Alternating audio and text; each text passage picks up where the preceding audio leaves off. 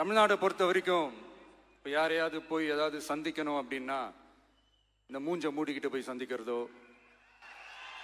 என்ன இந்த மறைமுகமா உங்களுக்கு தெரியாம போய் சந்திக்கிறதோ அப்படிலாம் நான் செய்ய மாட்டேன்.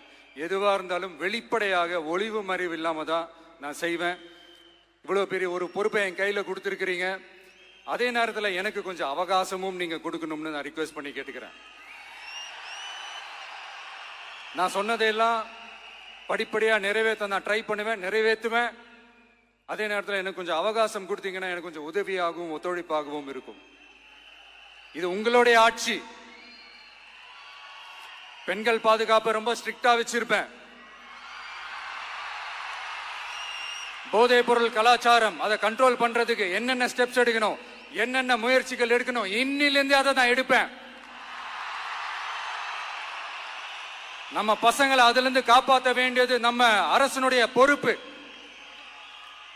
அதே மாதிரி சட்டம் ஒழுங்கு எல்லாருக்குமான பாதுகாப்பை நான் உறுதிப்படுத்துவேன்.